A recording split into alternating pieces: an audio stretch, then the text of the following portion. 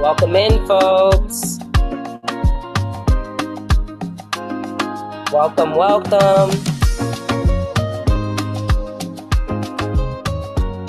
Good week, everyone. Welcome, everyone. Hey, y'all. This is my Saturday vibe. Welcome in. We're just making enjoy the music while we make some room for some other folks joining us right now. As usual, folks, if you can start to unmute your video for us to see who's in the room, if possible. We don't want to see y'all driving around town. But it's always great. I see some familiar names. Hey, Devon. Hey, Jason. Hey, folks. Prince. Thanks for being here again on a Saturday morning or afternoon if you're coming from the East Coast, but appreciate you all jumping on and connecting with us. So as always, we are recording today's session, so we'll be able to send you the link afterwards just for your reference. Perfect.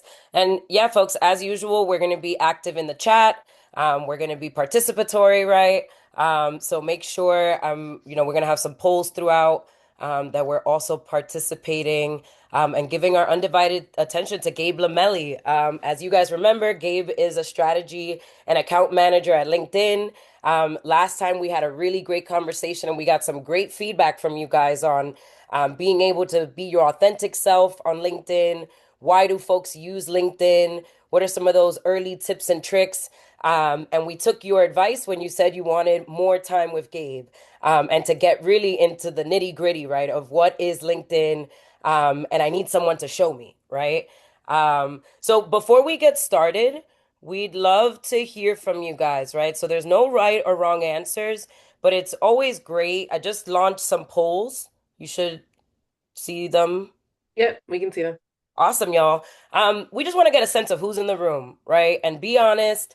Again, there's no right or wrong answer. It just helps us know who's in the room, and especially Gabe, right, as he's guiding us through his presentation. hmm So the questions are, how are you currently using LinkedIn? And when was the last time you updated your LinkedIn profile? So take a moment to respond. Welcome into the room, those of you coming in. Starting off with a nice little poll. I see that, right? I have a profile, but I rarely log in. That it be like that, y'all. Definitely it Right. be like that with me. I'm gonna be honest. This is me too, you know? And I see several people saying I've updated my profile and connect. So glad to hear that. And I'm wondering for some of you who are actively using LinkedIn, are you more engaged after our previous session where we did our intro to LinkedIn potentially? And then the second question asking, when was the last time you updated your LinkedIn profile? Several people are saying never, which understandable, right? And hopefully that changes after today. And several of you are saying within the last month. So That's really, really good. great to hear. Um, Awesome. So hopefully we can keep you all engaged, but we want to get a sense of how you're actually using LinkedIn, because that's going to be the basis of the first part of our conversation or our time together today. So appreciate you sharing. And this is really exactly what today's live demo is all about and why this matters. So no matter where you're starting, out, so whether you're in high school, if you're in college, if you're a rising senior, LinkedIn can be a tool that you really use intentionally, even while you're figuring things out. It's a great resource to, of course, like network and job search, but also to gather information and help you figure things out. So, before we jump into the second part of today's conversation, which is going to be our like more of a fireside chat with our guests. We wanted to kick things off with more of a hands-on demo focused around many of the tools you may already be using. Maybe you're not fully leveraging on LinkedIn. So this is a really great time to kind of get a glimpse into what that looks like. So we're excited to be joined once again by Gabe Lamelli, who brings a real practitioner's perspective to career navigation. As you all know, Gabe actually works at LinkedIn and is really like our LinkedIn guru in terms of practicality and how to actually use LinkedIn, and brings a great perspective around professional branding, career navigation, and really the key around relationship building, which is so much about like what we're trying to build here and talk about. So Gabe has spent a large part of his career helping students just like yourselves who are early professionals and introducing them to LinkedIn and exploring opportunities and really helping to use it in meaningful ways. So we're really excited to have him on with us today. And one more piece about Gabe, right? As you guys know, he is going to keep it real and authentic, which is why we love Gabe's approach to not only LinkedIn, but life, right? But I want you guys to really think through, right? Like, what's one, especially as we saw those poll results, right? What's one small, realistic thing that you can do after watching this demo, after the conversations that we've had around LinkedIn, that become very tangible that you can start doing this week? So we're going to check in at the end about that. But Gabe, handing it over to you, friend. Thank you. Thank you. Thanks so much. It's so great to be with you all here again. Um, I wanted to share just a little bit more about myself, just to remind folks, especially we got new folks on the call, and then why I'm demoing LinkedIn in the first place. But once again, I'm from Stockton, California, first gen college graduate. I come from a Mexican American background, and I remember that I was just trying to get through university, my college, my education, my studies, and trying to build my path along the way because I just wanted to get to a couple dreams that I had, dreams and goals. For me personally, I just wanted to have a family and I wanted to be able to take vacations whenever I wanted to, and I wanted to own a home. And I'm happy to say that I've made those dreams reality now. It's very special to me. And one of the coolest parts about, thank you for the applause. Thank you. Thank you. One of the Come coolest on. things, yeah, thank you. One of the coolest things is that, and I was just talking to my friends about this recently, but when I wake up in the morning, I wake up with like a heart just full of gratitude and so much joy, like just joy spilling off of my heart. And I remember for a big part of my life, I did not feel that. And now that it's here, I look back and I'm like, whoa, I would do everything that I went through, all the hardships, the sleepless nights, the uncertainties, heartbreaks, everything. I would do it 1,000 times over if it means I end up here again. And part of that journey was using LinkedIn to figure out what the heck I was trying to do. I got hired through LinkedIn, and I want to show you some of the things that I did on the platform to help me find opportunities, capitalize on them, and then make a career out of it. And the cool thing about realizing your dreams or achieving some of your goals is that once you get them, you create brand new dreams and then you do it all over again. So you're always constantly striving, always constantly trying to do something new. So I'm right back on LinkedIn again. And I'll share with you what I know from my own perspective as a user of LinkedIn. And then I'm learning right alongside with you as well because it seems like every month, especially in the age of AI, every couple of weeks, a new product, a new feature is rolling out. So it's evolving while we're learning. Cool. So I'm gonna go ahead and just share my screen and walk through the entire feed with you and all the cool things that I've learned and that stuck out to me. And if you have any questions or you want to come off mute and stop me at any moment, please feel free to do so. It's not the kind of presentation where I'm just going to be, talking to you the entire time and without you raising your hand or stopping me. Feel free to do that. I'd be happy to engage. Okay, Thanks, so Gabe. yep, you got it. I'm sharing my screen right now. You should be able to see it. All good. Let me make sure I can bring my chat up. Thank you. All right. And then participants. I just want to make sure I can see everybody here. And we should be good right here. Yep. All set. All right. And then put my chat to the side here. Perfect. Okay. So what we're looking at here, yes, you can see the screen, correct? I just want to make sure that you're seeing. Yeah, we Yes. can skip. Okay. So what we're seeing here is the desktop version of LinkedIn. So when you first go to LinkedIn.com and you already created a profile, you log in, you're going to come to the main feed. Okay. It looks a little similar on your mobile app, but I just want to focus on the desktop version for now because you get a little bit more on it and you can see everything just a little bit better in my opinion. Okay. So when I first go on here, this is what I'm seeing. I'm seeing my icon on the side where I could get to my profile easily. I have some statistics on the side right here, like my profile views and impressions. And then I have a little dashboard right here that lets me know where my saved items are. So if I see any posts or cool things that I wanted to save for later, it's right here. Any groups that I'm a part of, newsletters that I've subscribed to, or events coming up. Now, this should look familiar to you if you're on Facebook or on TikTok or Instagram. There's a lot of similarities out there because it's a social network in many ways. On the middle right here is your main feed. And this is where your connections or your friends or folks that you know are sharing posts or videos or anything else that they want to update folks with. I'll get to that in just a moment because I want to show you what else is on the side and then we'll hop right into the feed.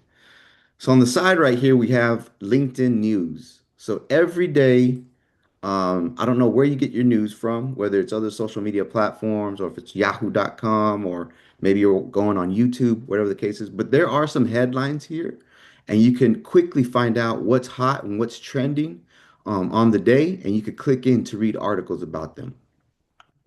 If you scroll down a little bit more, this is something fairly new, but we have daily puzzles and games, which is kind of crazy Oh, because when you think about a social network, a professional network, why are there games on there? And we found out that, well, some of the teams that I've talked to at LinkedIn is they created this product because it's a way for people to be engaged and to come to the platform daily and to um, do a little puzzle or a mind game and then see how the other employees or connections are doing as well. I could click one right now and do it with you. Let's see how we do. All right. So this one is like a zip game, kind of like you have to fill every box and then try to like as fast as you can. So I'll try it right now in real time. So from one, I'm gonna go to two, and then go to three, four, and then I have to figure out how to fill out all these boxes. So I'm gonna guess I'm gonna go here, five, six, down to seven. oh, I'm getting competitive. Okay, already. Okay, I'm gonna go like this: seven, eight, Oh, nine, 10. I think I'm already gonna mess this up. Look at that. 11. I already blocked myself. 12. And then nah, I already messed it up. So anyway, told me I failed. But where it gets crazy is once you figure it out, which I don't think I'm going to right now. Well, let me try one more time because I want to show you. I want to show you like what you do with it afterwards. All right, maybe you can help me out here. Two, three, four. Uh, take our time. Yeah. okay. I feel under pressure now. Let Up, me all the way see. Oh up. my Yeah, yeah, yeah, goodness. yeah, yeah. I cannot perform. Up here, five, six. Let's go here. Seven, right? Seven, eight. How are we gonna get Jason's nodding his head. this Yeah. way? Nine. Okay. Yeah. 10. I feel like I did the same exact thing and I still messed it up, right? Oh, How'd I maybe get go to down. 11? Down. Can't Oh, go right here. Yeah. No, the next one. Oh This no. one? No. I can't go here. No, can't do Yeah. that. 11, 12. The same thing. Okay, so okay, wait a minute. Hang on here. So I had to get to 12 as the last number, but I had to figure out how to fill in these other ones on the way in there. All right, let me one last time, and if not, I'm just gonna keep it moving. And then you're gonna have to take my word, all right, for what I tell you there. Okay, so three, four. Okay, here we go. Boom, boom, boom. Four. I'm filling all these squares. Okay, now five, six. No, not that. Six. Yes. Same thing. oh, Okay, I this would be think. so addicting. Okay, here we go. Seven, eight. I don't know. I think I messed it They up again. even Oh, wait, oh, here stumped we go. Here we go. you. Here we go. There it is. There it is. 9, 10, 11. Boom. All right. We filled the average square. We Whoa. got it. Thank you for the support. I couldn't have done it on my own. Good Okay. job. So it says, I'm crushing it, yada, yada. I did it in 2:15. Today's average score is 43 seconds. Humbled me in a big way, you know. But if you Yeah, look who down did here, it lets that? you know the connections that played, who's the leader. If I have a streak from right Oh. here, I could send it, I could copy it, I could post it. And trust me, like we do get competitive. The game that I like to play is Mini Sudoku right here. If I open that up, it's like one of these. I don't know if any of you are any Sudoku fans. I wasn't, but when I started playing this, I was like, man, I felt I was getting really good. And a couple of times I did get to like the top spot for the day. And then, oh, you better believe when I got number one, I was sending that to everybody, which then opens up an opportunity to talk to people. Oh, what you doing at your company? What's going on? You know, how's life? So it's a way to connect with folks and conversation starters, really. So anyway, they're always rolling out new games, and it's really, really cool. So that's what you see on the side right here. And then on the bottom, you see promoted like events and things. Okay, but let's talk about a little bit about what you see on the feed here. So on the feed, you're going to see everything from just copy, post copy, like people doing a status update, like on X or on Twitter, or you could see a video, or you could see slides or an image or pictures or anything. So I'm going to scroll down here and show you a little bit of what it looks like on my feed. So right here looks like my friend Ileana was sharing that she had an opportunity to speak at St. Thomas University. If I keep scrolling down, it looks like somebody in my group was talking about Hack Week at my company at LinkedIn. Keep going down, looks like Justin Reed got to connect with the CEO of LinkedIn for some reason. I'd like to read about that. So he posted his selfie. Looks like Leah Simmons, who's the CEO, is probably dropping some knowledge on a video, short form video. So if you're used to doing videos like this on Reels, like Instagram, TikTok, you're already an expert on LinkedIn because they're looking for content like this. Anywhere from information that you could drop to experiences that you have to questions that you have. Toss that on the feed, and people will engage with you. Of course, we got promos and ads, or maybe somebody worked on this ad and they're showing the work. And then, yeah. So it should look familiar to you from the other things that you're seeing. And the cool thing about it is like maybe you don't want to post anything yet, but one way to engage is just engage how you would engage with anyone else on any other platform. You could like, you could comment, you could connect, you could share, you can repost, all that. For instance, let's show Justin some love right here. I'll just give him a hand clap. There it is. Great. I'll do it right here too. Sometimes I like to do that. It's like watering a garden. I go through my feed, and if people don't got like a lot of engagement or something, I'll toss something on there, or I'll toss a comment. Let me see if I could toss a comment somewhere. Uh, Let me see. Liz Calderon. So I'm happy to share that I'm starting a new position as Director of Community Schools and Partnerships in Redwood City. All right. Let me give her a congratulations. Well deserved. How about a congratulations? I don't even got to type it. They already type it for me. There you go. So that should all look familiar. But the really, really cool thing about this is if you check this daily, like how you check your other apps daily, really cool opportunities, networking opportunities, or maybe even internships or jobs will pop up right here. And people even go on here and say, hey, does anybody know anybody who's about to graduate from college, who's looking for an entry level position at so and so?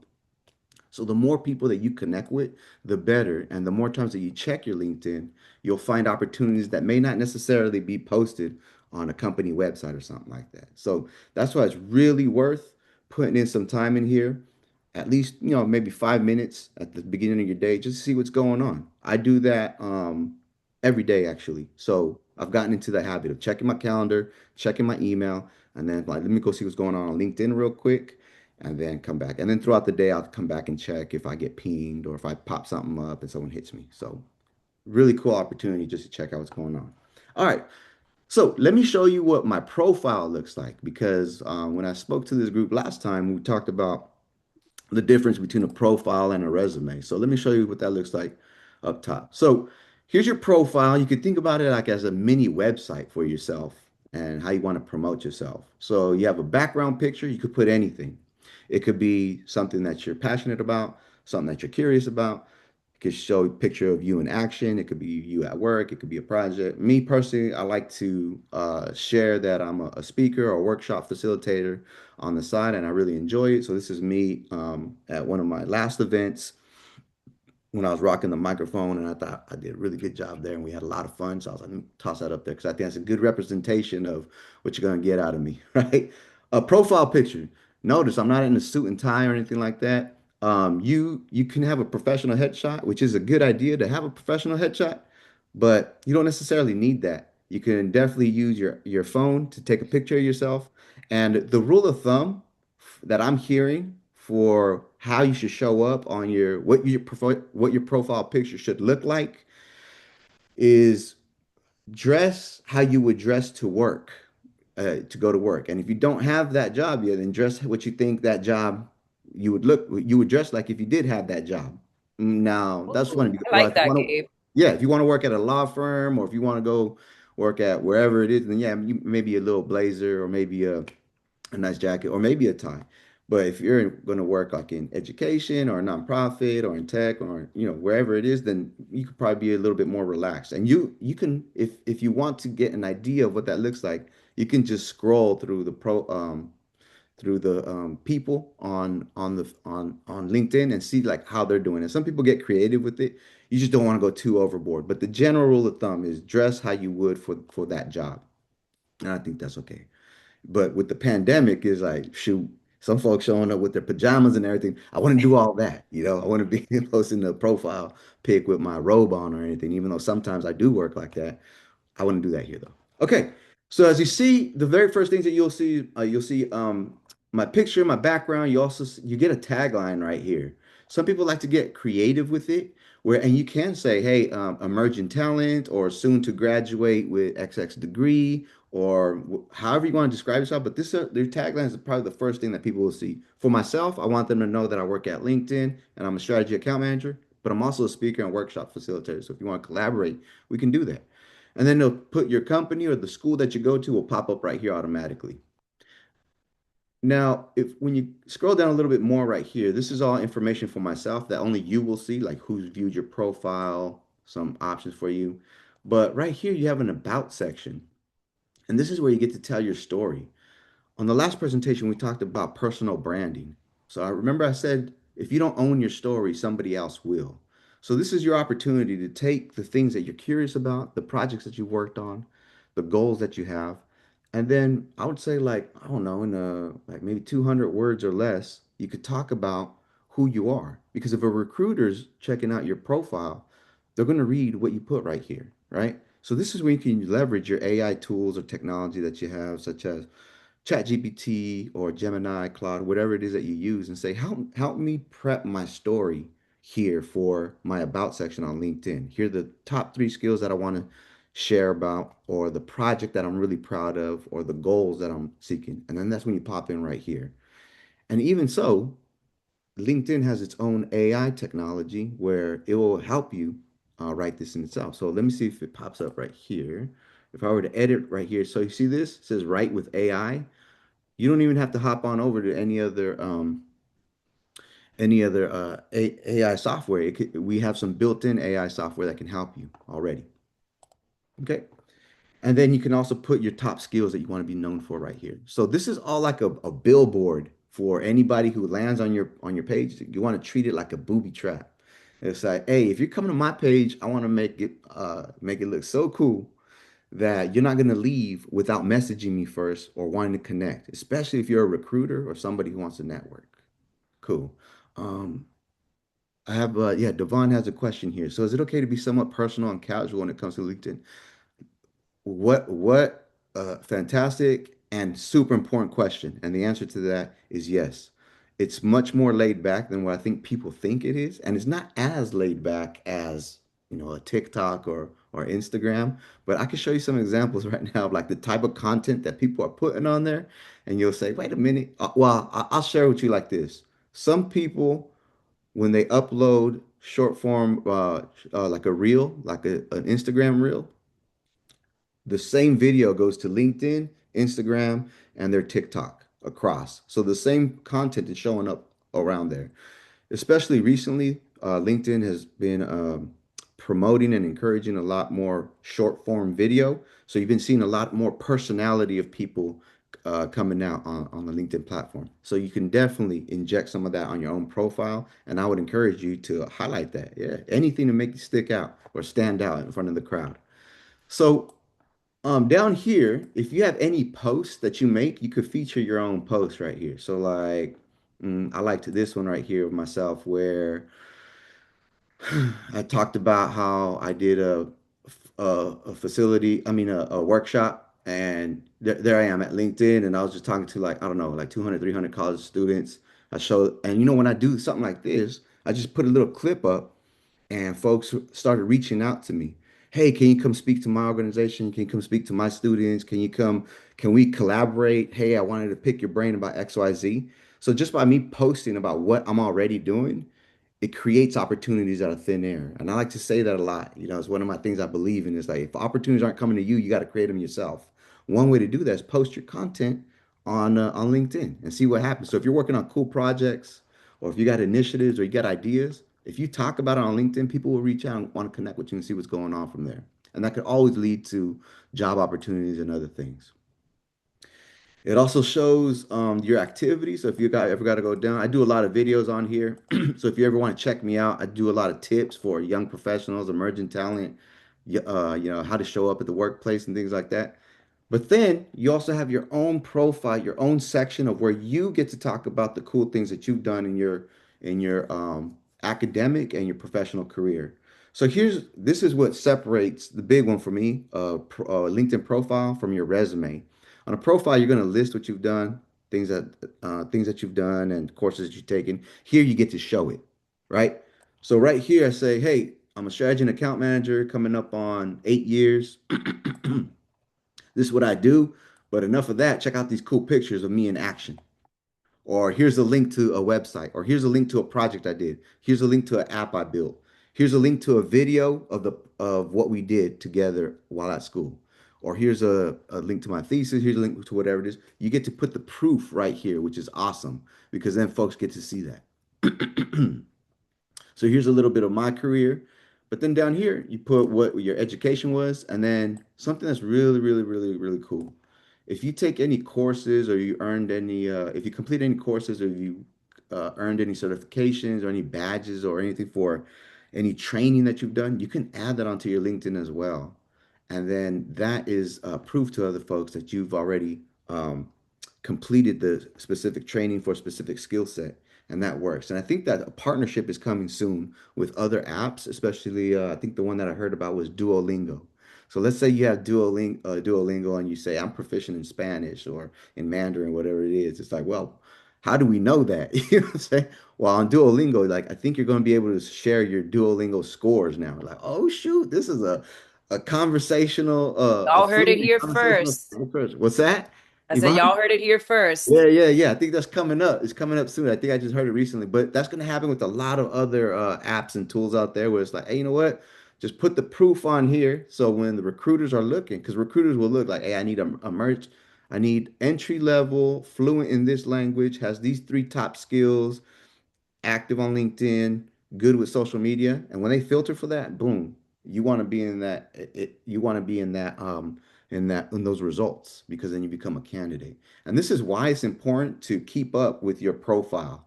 Like just update it every now and then. It doesn't have to be every day or every week, but like when something significant happens, come on in there and make sure it's tip top because you never know when a recruiter is going to look at it or if someone else a connection in your network wants to forward your profile to somebody else, you just want to be ready. You know, like that phrase that say, "Stay ready so you don't have to get ready." Yeah, because you don't want to be like, a company or a recruiter says, "Hey, send me your LinkedIn profile," and then it's like 20% complete. Now you just want to make sure it's already ready to go. You know, you don't want to miss that opportunity. On the bottom, you can put some of the projects. This might be super relevant for you if you're still in school, right? So this is where you could put projects that you're really proud of. I know I put mine where I put cross-cultural coastal design conservation when I was in graduate school when they sent us on academic research teams to Santiago, Chile, in South America. And we're collaborating with the university students out there, and we're designing products for coastal conservation. I was like, that was a really cool experience, and I wanted to put it right here. I also did something with Electronic Arts, EA. So if anybody plays Madden and stuff like that, I was doing that in school. So I put it right here because I was like, hey, that was really awesome, and I could put people that I did that project with. Or if you got volunteering experience, you could put all that here too. So even if you haven't worked a job yet and you haven't had any job or work experience, you could fill your profile up with projects that you've done, volunteer work that you've done, and then also any certifications or course that you've taken, and you can fill up your page with skills and experience that'll help you in your job search. Speaking of skills, I got some skills right here. And then lastly, super important, recommendations. So this is where if you have a cool mentor or a sponsor or a program leader or a peer that you collaborated with and they got good things to say about you, you ask them, hey, can you write me a recommendation on LinkedIn? And when they do, it's going to show up on your profile. So people are saying, they're co-signing for you. They are who they say they are, and they do exactly what they say they're going to do. And here's the proof. So that's a super powerful way to add trust and to really boost yourself and to market yourself out there and say, and to add credibility really about what you do. There you go. So that's the overview on that right there. But let's get into like, how the heck do I get hired? Number one, how do I look for jobs here? Let's talk about that. And then how do I connect with people from my dream companies and what do I say to them? So let's hop on over there. But I will pause. Is there any questions so far on the feed and on the profile before I hop on over to jobs? Sorry, just one question. Yeah. How much information is like too much? Like, how do you make sure that you still make it like concise and everything, but still really detail what you've done? Yeah, great. Yeah, exactly, right. Because we could go on and on and on. Because, like we said last time, everyone's favorite topic to talk about is themselves, right? So I was like, you could write a whole book on here if you let us. I would keep it concise, but I would keep the mandatories on there. So the way that I would do it is, let's say, here's the perspective you want to keep in mind. Let's say that you are a recruiter, right? And you're going to come look at my profile. You're probably not going to want to spend a lot of time on my profile and you're not going to want to read everything, but you just want to see the main things, right? So if I'm a recruiter, I'll probably come up here, I'll probably look at this tagline. Okay, cool. When I come down to the about section, I'll probably read like the first couple sentences and that's probably it. When I come down, I'm gonna look at if I look at feature, like I'll probably look at the first or second one and then keep it moving. And then I come down to experience, I'll probably look at the if I'm looking at every experience, I'll probably look at the first like sentence of each. So keep that in mind. Like you could put as much as you want, but the important things has to be at the top and very first of each section. So as long as you do that, you could put as much as you want, but knowing that, hey, if I'm a recruiter, I'm coming in skimming, looking for keywords, looking for key experiences, I want to make sure that that's at the very top prominent. Yeah, thank you for that question. All right, let's hop on over to jobs. So Sorry, I'm sorry, one more? I have a question. Yeah, please. So for the section about projects and things like that, would you want it or would it be projects more so related to towards what you want to pursue later on? Or is it just any projects that you've worked on that is like really cool that you've done during school? Yeah, great. So there's no wrong answer. You could put any project that you'd like up. But what I was doing, I put projects that I was proud of, number one, or I had a great time, or I had key learnings, or that I developed skills, or I was able to demonstrate skills that I was excited about, right? So, like any project that you do, you could talk about teamwork, you could talk about project management, you could talk about overcoming challenges, and those are all transferable skills and hot skills that are going to work in your favor when you're trying to market yourself to a company or if you're trying to network with other folks. So I would definitely add any project that you thought was significant where you were able to demonstrate some skills or you learned something new. It's great to put on there for sure. Thank you. Yeah, of course. Thank you. Okay, let's hop on over to jobs right here. So say, hey, this is cool. I'm all set with my profile. I got some connections. I've already checked out the feed, but I'm ready to check out what's out there on the job market. So you would click right here at the top, jobs. Now, when you click here, it's really cool. So I have an account called LinkedIn Premium. So premium, so there's a free account and there's premium. So everybody gets the free account, of course. With premium, it unlocks more tools and more options. You can do a free trial on your own, which I highly recommend. You can also pay for it if you have the means. And if not, I believe the team here is looking into some options that's still TBD. Like maybe later on, there might be ways to support you in that. But I want to show you some of the tools, both in the free and premium, and then just so you know what's out there. So first and foremost, I mean, at the very top, right here says finish getting ready for your AI trainer projects. I'm not sure what that is, but I'm gonna find out later on. Right? Like, okay, what's this? $150 an hour? Let me see what you're talking about there. But if you look down right here, where it says jobs based on your preferences, based on my profile and things that I've clicked on, it can recommend jobs for me already. So just how you build out your profile, LinkedIn will be able, it's technology will be able to say, hey, you might, based on what you said you're good at and your experience and what you're looking for, here's some jobs that you might be interested, especially in your area. So it already gives you some recommendations. If you have premium, it tells you where you'd be a top applicant, right? I'm like, oh, okay, dang, Amazon's hiring big time. And then it tells you how much they pay, right? So I'll click in one of those right now so we can take a better look. And then right here, there's also some AI tools to help you figure out what companies you might be best for. And then they even break it down in different categories, like explore companies that hire you for your specific skills. And then at the bottom, it gives you more jobs that you might be interested in. So let me take a look. Like I'm just gonna pick a random one here. Maybe we'll just go with the top one right here. So based on your profile and activity and saves, here's a job: brand marketing manager, students and learning. I'm like, okay, let me take a look here. So if I once you click that, it'll show you the job listing, but it'll also give you more in that same category on the side. And then I can read about the job right here. So right here it tells you how much you'll be paying. Ooh, that's pretty good, huh? And then it tells you about the job. So you can see the exact job description, like how you would on any other job site here. Scroll down. Premium will let me know a little bit more information, like how many people, how many candidates have already applied, what level there are. There's some senior level candidates or entry level candidates. I'm like, okay.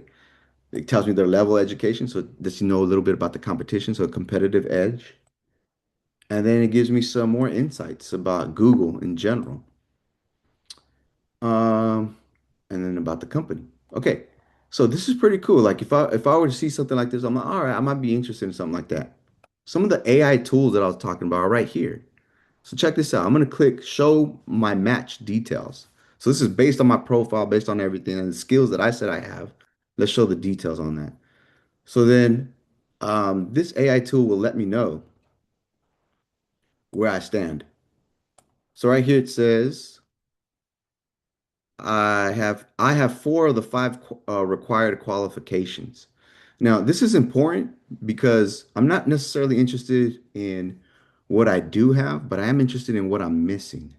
Because I might have what it says I don't have, but I haven't updated my profile yet, and that's really important because I need to know how I need to shape my profile so I can match up to these jobs, especially if I click apply.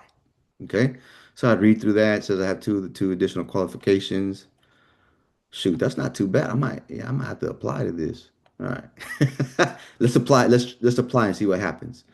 So if I say apply, increase your chance to be in view, share your profile. Sure. So I'll just put continue. If I click this button, my profile will be sent to the person who posted this job without me even applying. So they might just look at my profile and say, hey, we want to talk to them. So then I have to go ahead and actually apply. And there's a whole process for that when I can do that later on. Okay. But check this out.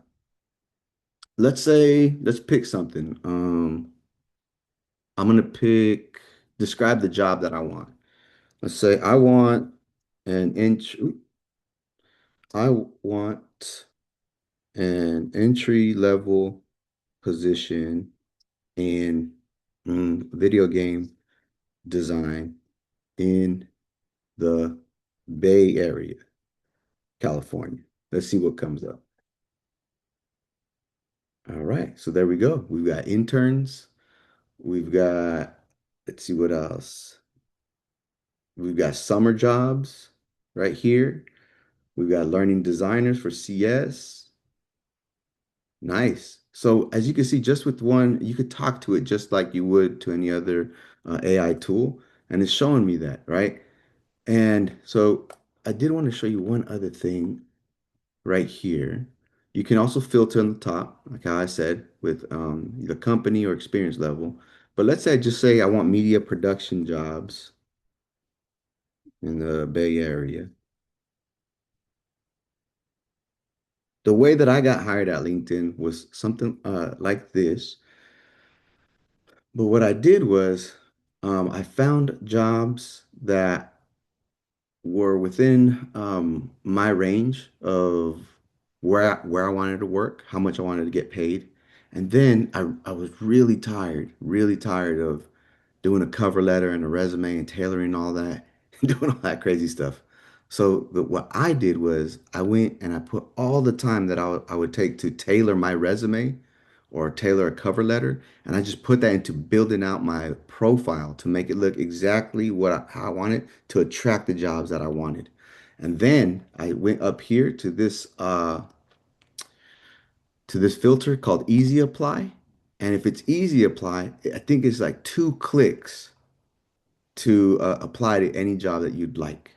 So you can look through here, see which one suits you best, or you could do multiple, and then you click right here, Easy Apply. And I'm not going to go through the whole thing, but once I submit just a couple clicks, done. I'm already done. Yeah, I've already I've already applied and it already went, and I could just sit back and wait. And a lot of the times, let me see here. Let me see if I can find one.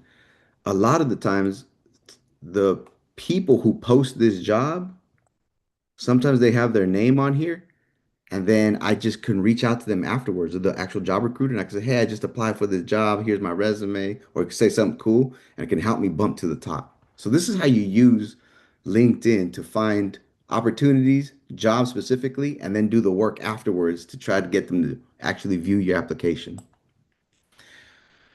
Here, right here's a good example. It says, meet the hiring team. So right here, it says creative strategist at Future Heads Recruitment. It says meet the team. Meet the hiring team. I could go ahead and message this guy, Robert Collins. So like, let's say I don't even really want to apply. I could just message him if I have more questions about the role, and I could connect with them immediately because he has a LinkedIn profile. I'm on LinkedIn. We could go ahead and contact each other. So, it puts you ahead of the game instead of just like blindly going out and applying to several hundred jobs and never hearing something back. There's additional steps that you could take here to find the right jobs that you want and then connect with the people or connect with somebody that you know that might work out there to get you a few steps ahead. Yeah, for sure. So any questions about this before I move on to the next thing that I have for you? Okay, yeah, and if you do remember, if you go ahead and stop me, and I'd be happy to. Thanks for saying just something that just stuck with me, Gabe, though. Yeah. Thanks for saying that because I feel like a lot of us think that, right, me included, that LinkedIn's are so private, right? And that because of the stature of folks' positions or whoever they might be, that you're not allowed to reach out. But you're right. If they have a LinkedIn, what do they have it for if it's not to connect with other folks, right? Oh yeah. So Oh, thanks for I'll saying tell it you like what. that. Oh, you got it. You have to, right? I mean, you. What we I got it feel. for, right? I feel like in many ways, applying is not enough anymore. You have to Yeah. apply, you have to follow up, you have to connect with somebody out there. Me, it's here's a simple rule to keep in mind. You just want to be top of mind. You want them to know who you are, and don't let them forget. Because how often do you get an email or a text message and you read it, but you forget to respond, or it's out of sight, out of mind. So the more touch points that you have afterwards, hey, I just applied to this role. I'm excited. Can I send you any more information? Hey, can we get a coffee chat? I'd like to hear more about the company. Hey, or maybe if I'm not a good fit for this, is there other ways that I can, other opportunities at your job? There's so many ways to just stay connected with them. So let's talk about that a little bit. Yeah. So let's talk about other ways to get connected to companies, right? So one is you could apply directly, but let's go back to our feed here. But let's say you're like, hey, I don't know what role I want or what I'd be good at, but I do know the company that I want to work for, or the companies, or the industry even, right? Like I know I want to work for AI and tech, or I want to work in animation, or I want to work in finance, and you have like 5 or 10 companies that are your dream companies. Well, not only can you follow people, but you could follow companies and get connected with them. Let me show you how that works. So for me, let me see. If I were to leave LinkedIn, I mean, I have a handful of companies that I really, really like. Disney would be cool. Pixar would be cool. NASA would be awesome. Nvidia is hot right now. They're right down the street from where I work. So let's try Nvidia, right? Let's say, hey, I really like Nvidia. Let me check them out. Nvidia. Yep, there it is. Nvidia. So if I go to NVIDIA, boom, right at the very top, that's the company. And then there's people that work there that I could connect with too. But so I don't want to connect with the people just yet. I just want to connect with NVIDIA. Let me see what they're doing. So if I go to NVIDIA, blah, I could follow them. So now if I follow them, anything that they post is going to show up on my feed. So I'm going to follow right now. So if I scroll down here, I get to see who they are and I get to see the posts that they put.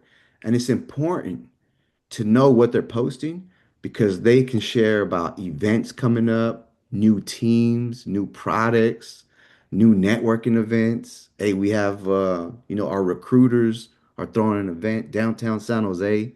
Come check us out if you're in the area. That's important to know, and you need to stay connected in that. Oh, right here. Here we go. Upcoming event. I don't know what that is, but it's coming up in March. Maybe I'll go check them out. All right. So watch this. Recent job or openings. Oh, there's an MBA intern for summer 2026. So this is why it's so important to follow and be connected with the industries or the companies that you're interested in. Even if you don't connect with anybody, if you just get a LinkedIn just to follow the companies that you want to work for, that's already a huge advantage. But I want to show you something really, really cool. So say some of you are already in community college or at a university, or you go get a job afterwards, or whatever the case is, or you're studying a specific major. What if I told you that there's ways to look up people at your dream companies that went to the same school that you went to, or from the same city as you are, or study the same thing that you are, and then you can reach out to them and build a relationship with them. Hop on a Zoom call to do an information interview, like we talked about, to do any of those cool things. So check this out. So say I'm at NVIDIA, and I'm like, all right, I need a way in. I need to talk to somebody there. I need to have lunch there on campus. I need to get a tour of the facility. I need all that. I need to talk to somebody. You could try to talk to a recruiter, but that'll be difficult. It might be a little bit more difficult. Or you could try to talk to, does anybody do actual tours? Or you could just find anybody that you have a common interest with, which will be easier to talk to. And then maybe, you'll be able to hop on a call and see if you could get a visit, see if you could learn about what's going on the inside of NVIDIA. So what you do is you go to people right here. Boom, right? So once again, I was just to go back, I'm on the company page, their company page, and I go to people. When I go to people, it shows me there's 45,000 members associated with them. That's a big company. And here's all the people on the bottom, right? Up top, you can filter where they live, where they studied, what they do. So let's say, hey, I'm interested in arts and design at NVIDIA. If you click that, then it'll show you the 2,800 members who do arts and design at NVIDIA. And then you can look at any of these folks and reach out to them. Or you could look at them and see, hey, do I have any mutual connections? Do I have a friend of a friend? Do I have a friend who can introduce me to them? For instance, let's look at Costa Kostic. He's my second degree connection. That means he's not my first connection. I don't know him. But it looks like my mutual connection, we have a mutual friend.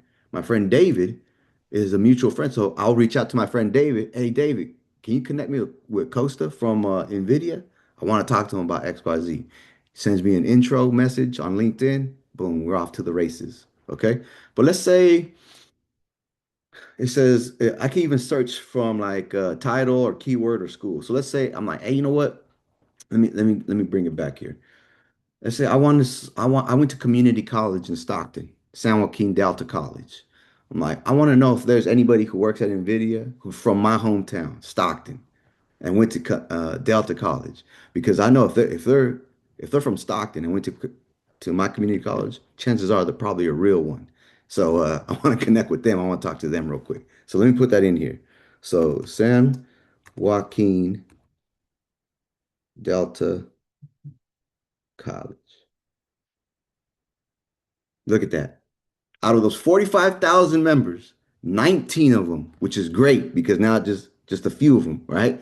19 of them currently work at NVIDIA.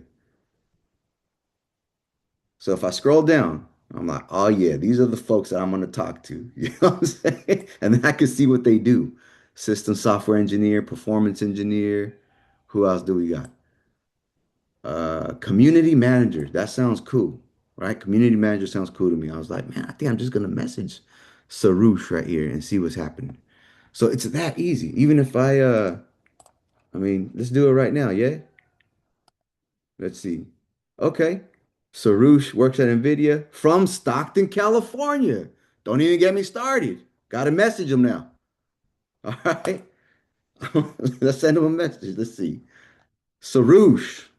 I'm gonna say Stockton Connect. Oh my God. When you have a new job next week, Gabe, Yeah, yeah. Hey, this is Sarush. genius. Yep. Oh, I better spell his name right. My goodness gracious. Hey, Sarush. I saw you went to Delta and are from Stockton, just like me. Just like me. Would love to connect. There it is.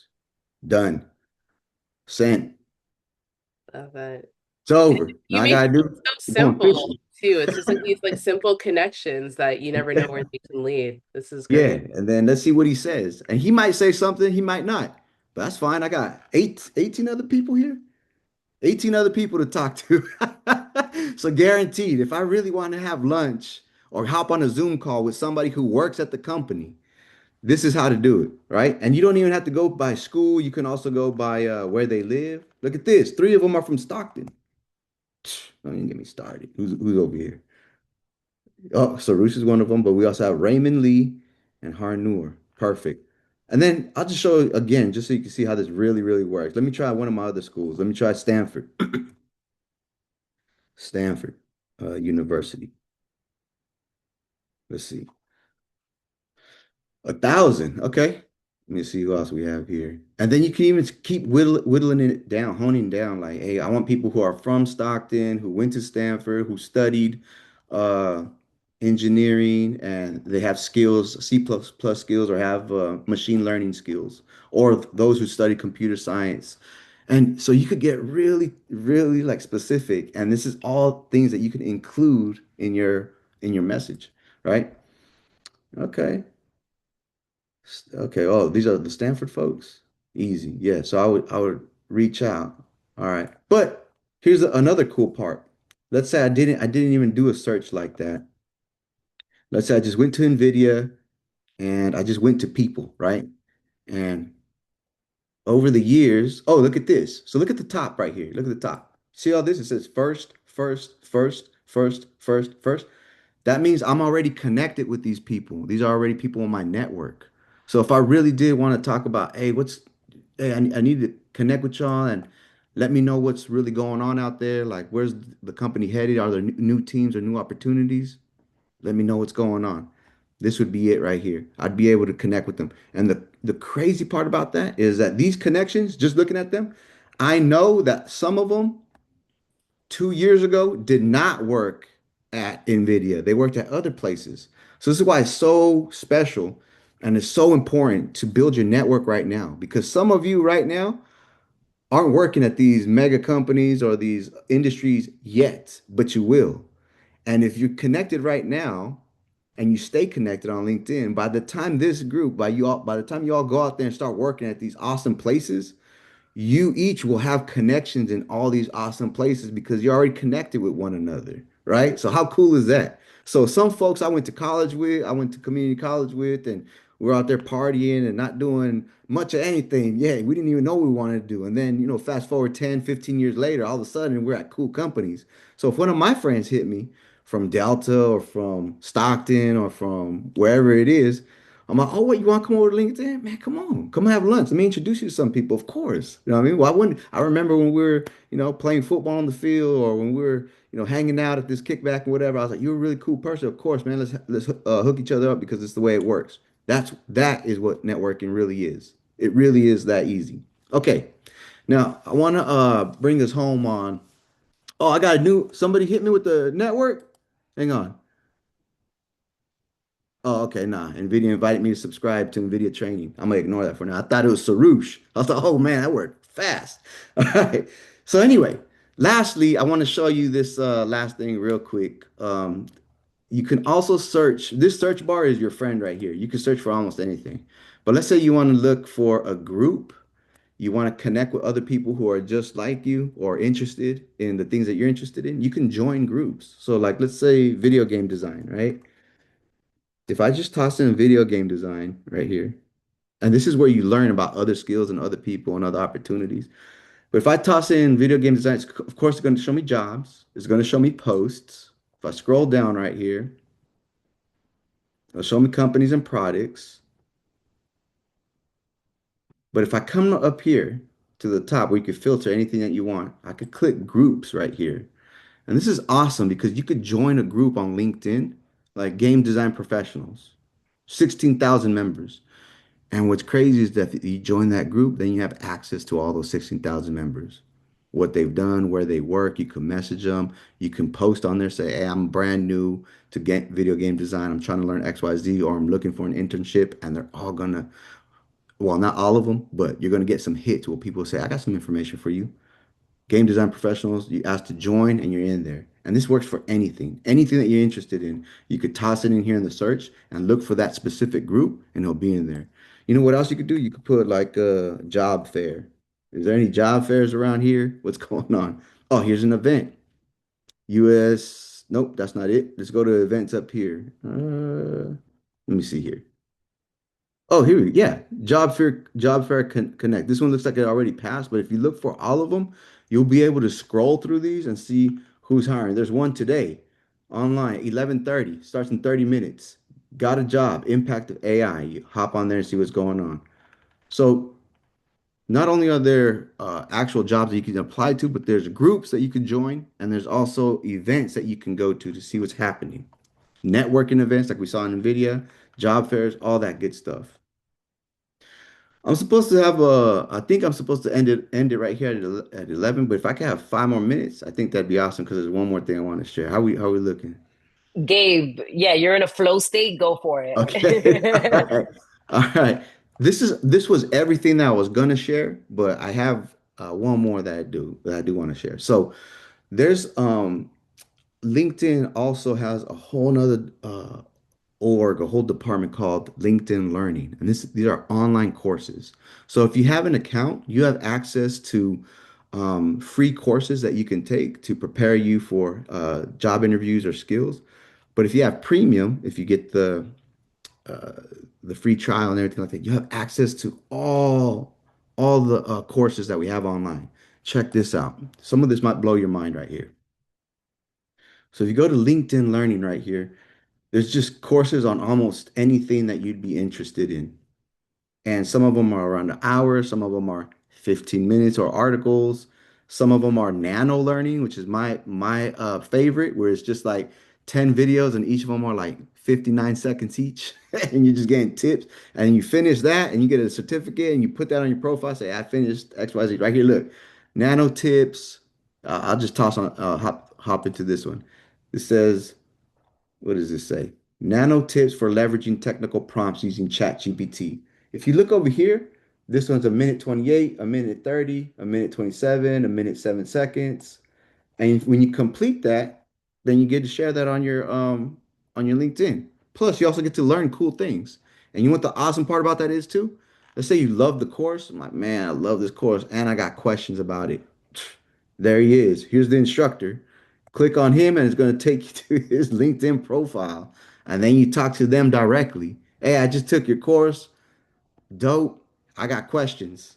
Right? So it's pretty cool thing to do. Oh, I got another one. Is that Sarush? Let me see. Nope. All right. We'll see if he comes back. And then But Britain mhm. is in the room right now, so I love to hear that our participants are actively adding. Oh yeah. Oh, wait, is that who it was? Yeah. Brian? Oh, accept, of course. Thank you.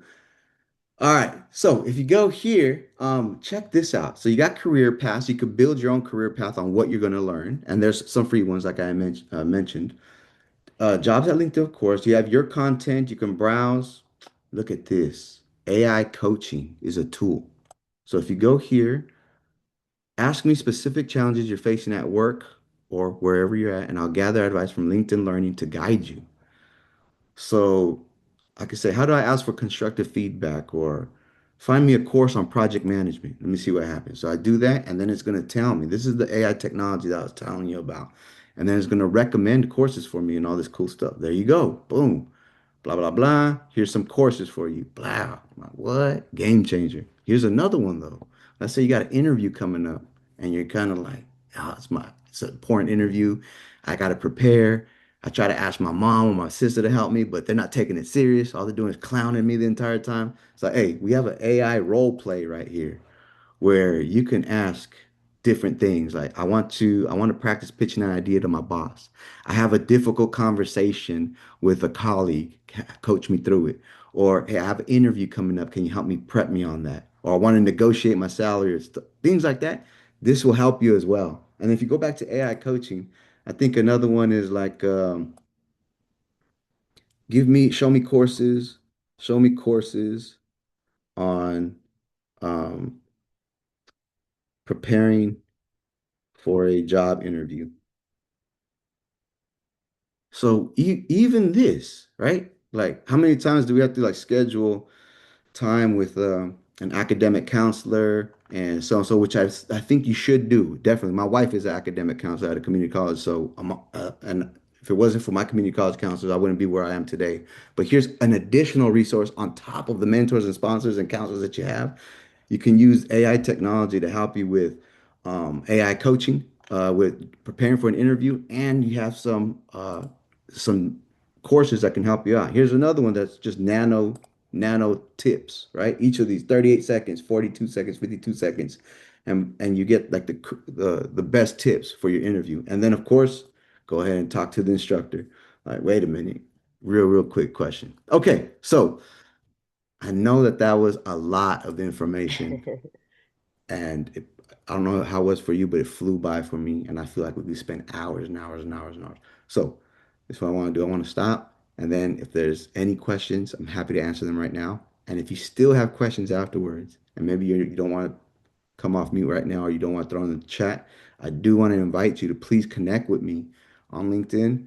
Send me a message, and if you want to hop on a call, happy to answer any of your questions or walk you through any of this or even give you tips on your own LinkedIn profile. But yeah, that's all I have for now. Ivana and Cheryl, let me Wow. know if I That's all, can you answer any guys. questions. Just like all the tips and Yeah. tricks, right? Thank you so I'm much, Gabe. We really appreciate your time. And that's exactly what we needed, right? Like to actually look through and really figure out, like, right, it can be so overwhelming. So you made it very digestible, right? I'm so glad we recorded that as well because there's some pieces that I'm like, I'm gonna have to go back and I like gotta kind of go back. again. Yeah, no, so that was super helpful. But for our attendees, any questions that came up for you? I know that you all were engaging in the chat and asking questions as they came up, but any final thoughts or questions for Gabe before we release his time? All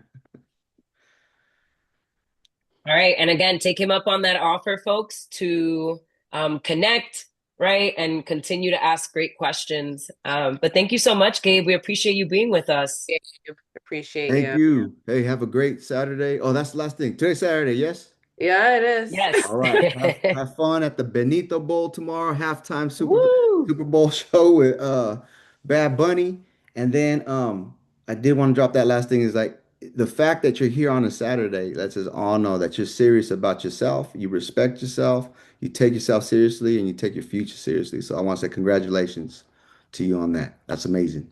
All right. I'll see you. Take care. All right, thank Thank you, you, Gabe. Gabe. Great job, you guys. Seriously, these are our professional development workouts we're doing together. Um, And speaking of workouts, a big part of that is being able to get up and stretch your legs and give yourself a moment. So, before we move into this next portion, as we have a conversation with our for our fireside chat with our guests, let's take 5 minutes. Get up, stretch your legs. We will put some relaxing music on. If you can come back at 10, 11 after the hour. So if you're in the West Coast, that's about like 11, 12. Time to change about 11, 12. And we will see you in a moment. stretch your legs. Where'd my music go?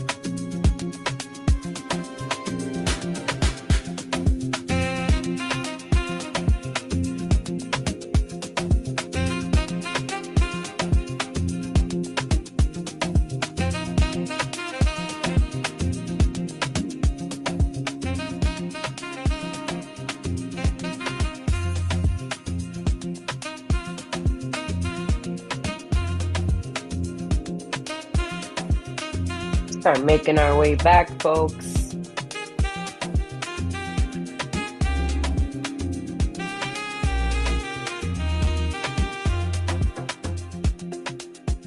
Unmute those videos so we know you're ready to go.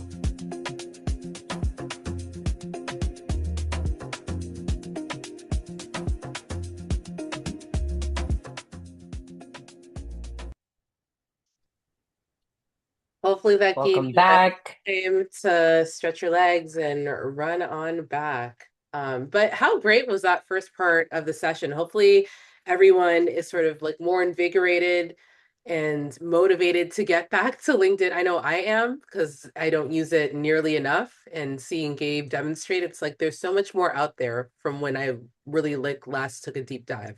So hopefully that was encouraging for you guys. Yeah, great job, folks. So now transitioning over to, you know us, right? We always have to make sure that we have some practical examples and mentors for you folks to connect with. So, we've just seen how LinkedIn works in real time, but we also want to give a conversation about how that actually shows up in real careers and real relationships, right? I'm glad that Gabe was able to show us that, right? But it's always good to just continue to have this conversation about networking, right? And how do I actually get excited to do this? And I think the more we talk to folks who, in general, right, have been where we are, but have also played this networking game and continue to, I think that makes, all the difference. So I'm super excited to move on to there we go, right? So this next half of the conversation, right, is about leveraging your network. And I am super excited to present Yetunde Asagbemi. She's a senior research analyst at Iconic Partners. But also she is a near and dear student that I have worked with in the past. So it's always great when students, right, become friends. And, again, has been able to share when I think about networking and folks who, again, I've known her since she was a freshman, y'all, who had those doubts and those conversations and are coming to my office to get that boost, right? But also taking the chance, putting yourself out there. Like Gabe said, having sending a message and maybe someone doesn't respond, right? Or going to a conference and you feel nervous, but at the end of the day, right, you make these really great connections because this is the age and this is the time when folks really want to connect with you. So keep that in mind as we welcome Yetunde, who again is going to tell us a little bit more about how networking, mentorship, communication, not just online, but in real time have shown up for her. So Yetunde, very welcome in. Hi guys. I'm going to stop sharing my screen. Sounds good. All right, can everyone hear me? Yes, we can. Hi, good morning, everyone. I'm so excited to be here. Um, it's really amazing that you all are here on a Saturday, and from what I understand, it is early on your end. So, glad to see that you guys are awake, and I'm really excited to talk to you. Like Mr. Brady said, I'm just gonna talk about networking throughout my undergrad and my early career. I have a short presentation for you guys to just kind of like a quick Yeah. but most of this conversation is just going to be you guys and I talking. Please feel free to ask any questions. I was trying to dig through videos and pictures of me from undergrad, and I realized I didn't take a lot, but All the pictures are up here. The memories, the memories. of me having fun, not of me in professional settings. That's all right. But please let me know when you can see my screen. Yes, we can. There we go. Okay, sounds good. Thank you guys so much. So I'm going to be like, I have like multiple screens over here. Um, if you think I'm not looking at you, I assure you I am. Thank you. Can you still see the same screen? Yep, we're good. Oh, no, I think it's sharing a different screen. So sorry, guys. One second.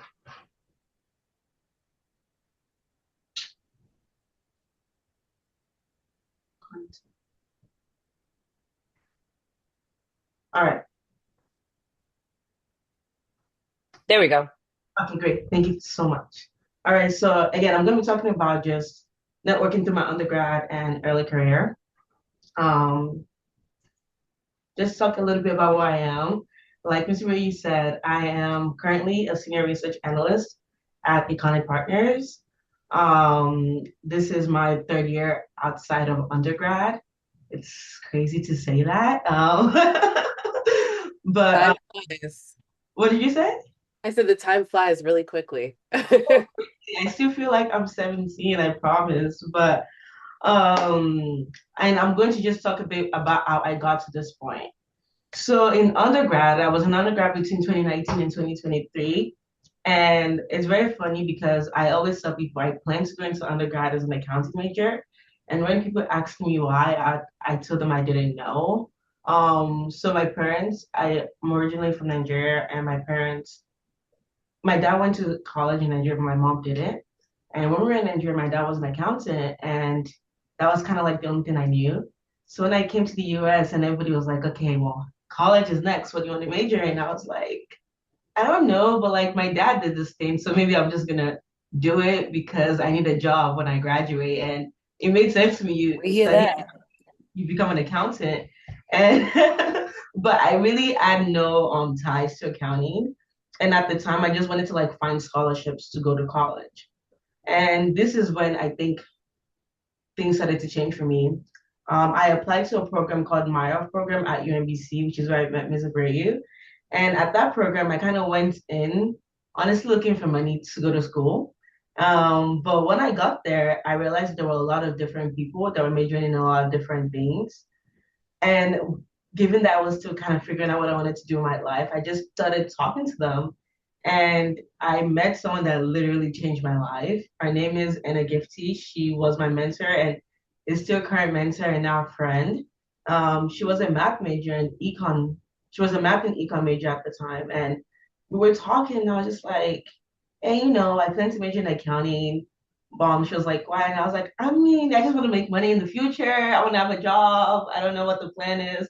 And she asked me what I really like, what I want to do. What would my ideal life be if I without considering money. And I told her that like I really had an interest in sub-Saharan Africa, and I just really liked learning about it. But I didn't know of a job that could pay me to just like learn my interest. And we just kept talking, and she was just like, literally, there's a job that can do this and this and that. And she told me she was interested in similar things, but she was interested in more like inequality and gender. And she told me about like economics. And this was the first time I've heard of economics in a sense that wasn't about finance and investment banking. And this was like on a Friday night, 11 p.m. doing like interviews. So she told me to just keep in touch, and I was like, you know what, I'm gonna look into this and get back to you. And I did my interview that weekend. And I went home and I researched economics as like a research major and just how people go, different things people do in the economics field. And I realized there was this whole world I didn't know about, and I would not have known about if I didn't talk to Anna that night. And that prompted me to reach back out to Anna, and I was just like, hey, could you tell me more about this and what you're doing? And like, I think I found something online that kind of like relates like what I wanted to do, which at the time was development economics. And we had like a full-blown conversation about this. I ended up going to UMBC. I switched my major from accounting, thank God, to math. And I minored in economics. And I had like a plan for myself that was going to I was going to get my PhD in economics, and I was going to figure stuff out from there. And I think because of this change, I fully thrusted myself into different opportunities that would expose me to economics because, again, I came in thinking I was going to like major in accounting. So I knew nothing about the economics field. Luckily for me, again, calling Ms. Abreu out, my school, UMBC, had something called the Sloan Program. And the Sloan Program is essentially a program that supports students in undergrad through a pipeline to eventually get their PhD in economics. And that is like huge because there aren't a lot of Black and brown students in econ. We're a very small percentage. And Sloan did a really good job in just exposing me to what like economics in academia looks like. I have a picture up here of us last year, not last year actually. This was this past January. Mhm. Because annually the National Association of Economics, they host an annual conference every year where they bring tens of thousands of economists to come and present their research. So starting from my freshman year in 2019, Isabella and the Sloan program afforded me the opportunity to like attend this conference and expose myself. And this is where I started to meet more people. This is Anna right here. She's my mentor. And then this is Miles, and this is the school's our econ department, ed, Dr. Mitch. And through this, I started to form relationships that like then led me into like learning about other organizations for such Sadie Collective. So Anna was the co-founder of Sadie Collective, which is another program that is supposed to that's supposed to foster community for students, undergrad, master students, just any person or any minority that is interested in economics or just related fields. And through there, I met other people like Quinton, Dawn, Grace, Aquella, and I'm saying all these names, but I felt because of this, I was able to like learn about a lot of opportunities in the econ field. And my freshman year, through Dr. Mitch, he told me about a summer program at U Chicago where I could be a research assistant. And again, I would not have known about this if not for him. And due to my him knowing my interest in economics, he referred me for the program. And I don't know if you guys know what happened in 2019, but there was a big thing going on in the world called COVID. And every other internship program literally in the world except for the U Chicago program didn't every other program closed except for my program. So I was afforded the opportunity to like have a research experience during COVID at home, and I would not have been able to do that if not for Dr. Mitch. And Dr. Mitch then introduced me to this guy over here, Quentin. Um, Quentin used to work at the Federal Reserve Board, and while I was a junior in college, Quentin started a program called the Expanding Diversity in Economics program at U Chicago. And Quentin then pushed me to apply for the program, which once I applied, I got in and I was able to interact with um, a lot of economists at U Chicago. And I don't know how many of you all are interested in econ here, but U Chicago has like the top leading Nobel laureates and Nobel Prize winners in economics ever. Like they have like the most amount of them over there. So it was such an experience, and I was able to meet them. I met Steve, who wrote Freakonomics. I don't know if you guys have read Freakonomics. And I met a bunch of other people that just essentially helped me formulate my idea of the econ field. And also that summer, I interned at the Chicago Fed, and I would not have gotten this opportunity actually, even not for the Sadie Collective, because also during COVID, the Sadie Collective had a conference that I attended as a sophomore. And I essentially told them that I was really interested in econ, but I knew nothing about it. And they introduced me to someone called Thomas Clare, who was the research ed at the Chicago Fed. The Chicago Fed is the Federal Reserve Bank of Chicago. Um, Thomas looked at me and said, "Hey, you're still a sophomore. We don't really invite sophomores as interns, but reach out to me next year." The next year, I reached out to Thomas, and I told him I was still interested in being an intern at the Chicago Fed. And I asked for help in just my resume and preparing for an interview. And we got into a meeting, and he basically did a prep interview with me, which was super helpful because, again, during COVID, I didn't know what I was doing. I didn't know anything about this world. And we had a prep interview, looked over my resume, and voila, I got an offer for the internship at the Chicago Fed. And this was me because I was super happy and I was just like, I've never had a job like this before in my life. And while I was there, I basically got an offer to come back after I graduated as a full-time research assistant, which was a great opportunity for me. And I accepted because, again, I wanted to get my PhD in economics. While I was there, which was 2023, I moved to Chicago. I did a year at the Chicago Fed. I realized that maybe the PhD wasn't what I thought it was.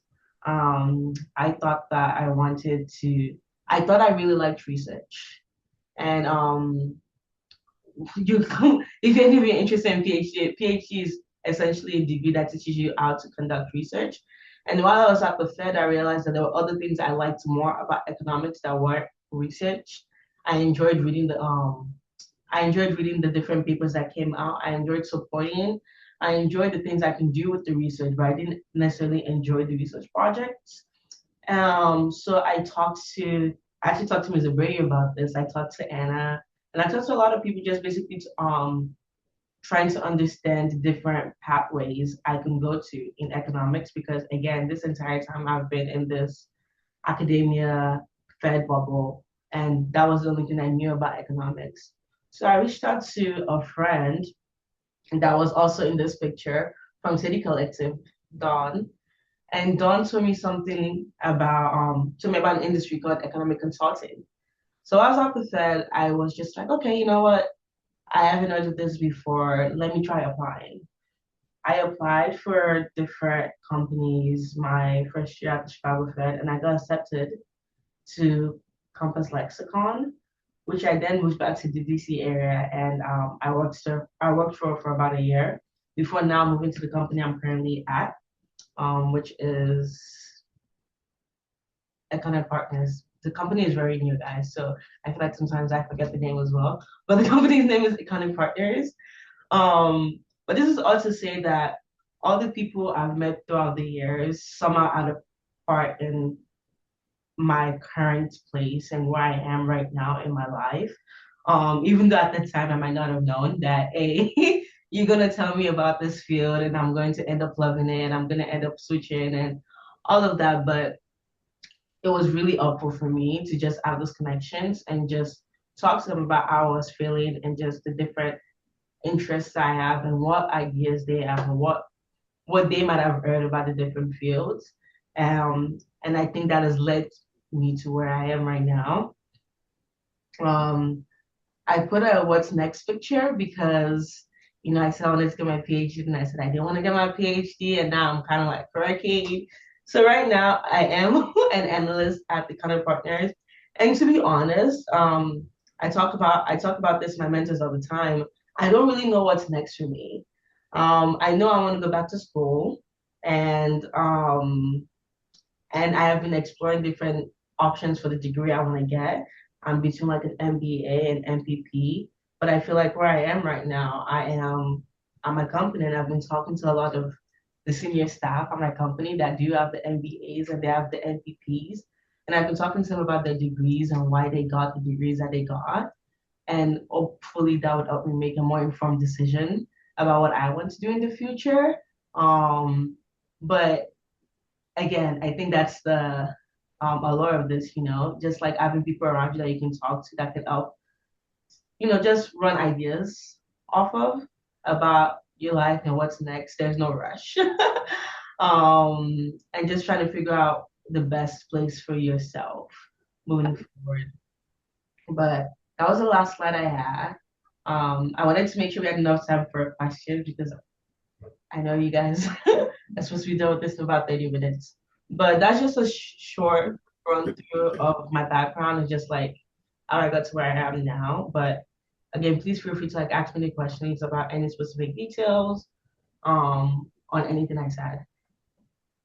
Thank Y'all you. see me? I'm like in love. Right. I'm over here just the artist formerly known as Miss Abreu. I think you took it was so helpful, especially for me, because I've heard about your journey, but being able to actually like see your process in terms of being a first year student all the way through. And I think for me, one thing that became clear is that, and I appreciate you sharing this part, is that you didn't know, right? And you still don't really know. And I think that's I think something that a lot of students oftentimes assume when they see somebody that they're looking up to, that you always potentially knew your career path, you knew what you wanted to major in. So thank you for being transparent and showing that like your process in terms of connecting with different people who sort of changed your impression and changed your path.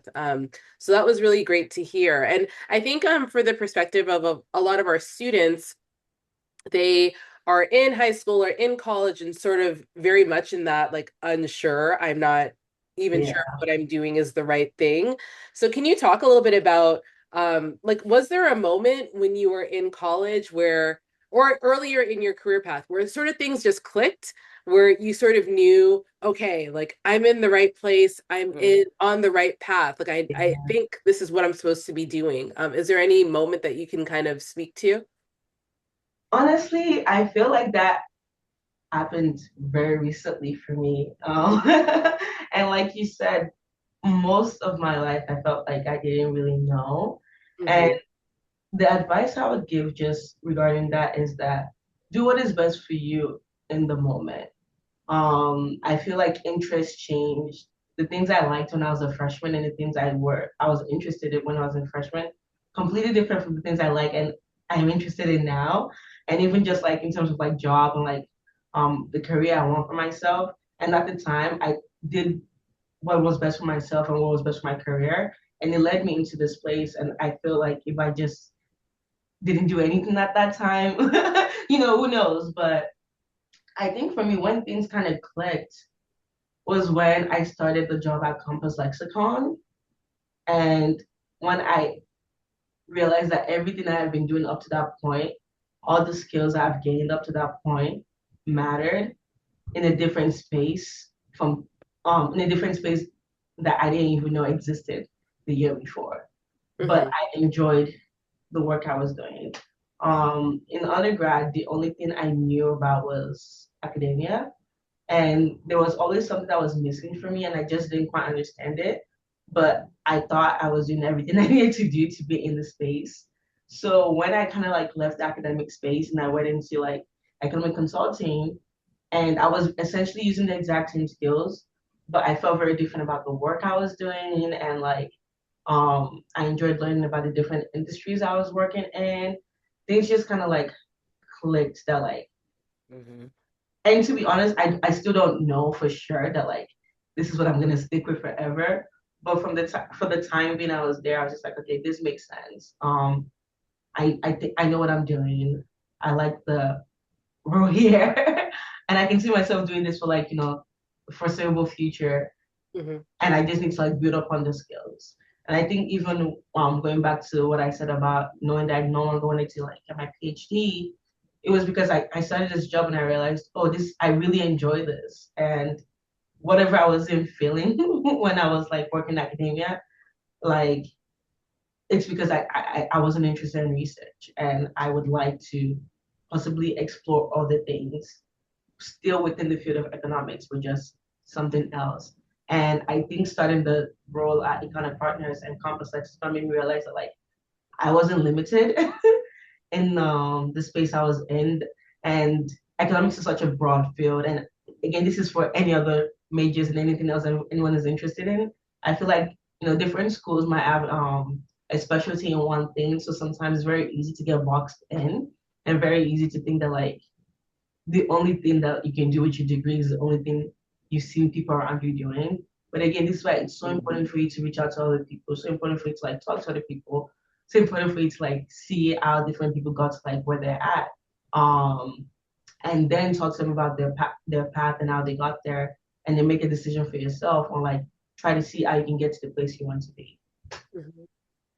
That's great, Yatunde. Thanks for sharing that. And again, I think the advice always just comes back to putting yourself out there, right? And as we always like to say, you're at the perfect, like this is the time when folks want to connect with you and are probably going to be the nicest they can ever be, right? So really take advantage of that. Like what Gabe was saying, like building that network now, not only amongst yourselves, but amongst professionals, right? Like that just really starts to open doors. So, hey, Yetunde, also while you were going through your presentations, and I mean, I had a seat in all of this, right? On the train that is Yetunde, but. Early on, I remember some of these conversations of like, I'm going to my first conference or I'm going to connect with this person. There's a mentoring opportunity.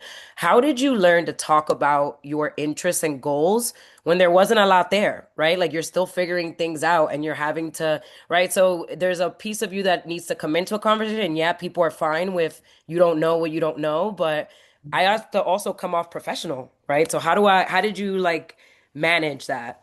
Yeah, that's a very good question.